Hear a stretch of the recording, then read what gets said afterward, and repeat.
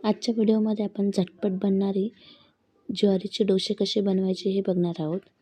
तर त्यासाठी मी इथे 2 वाटी ज्वारीचे पीठ घेतले आहे, थोडी कोथिंबीर घेतली कट केलेली, त्यानंतर एक मोठा कांदा घेतला आहे कट केलेला, चवीनुसार मीठ टाकलं आहे. त्यानंतर तुम्हाला तिखट हवं असेल तर तुम्ही तिखट टाकू शकता. त्यानंतर छान मिक्स करून डोशाचं बॅटर जसं असतं तसं पीठ भिजवून घेतलं आहे. आता याला 10 मिनटं झाकून ठेवायचं आहे, जेणेकरून हे छान मुरेल.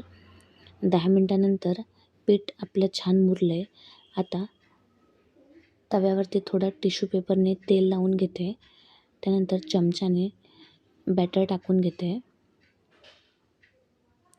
आणि हाताने त्याला थोडं फिरवून घ्यायचे.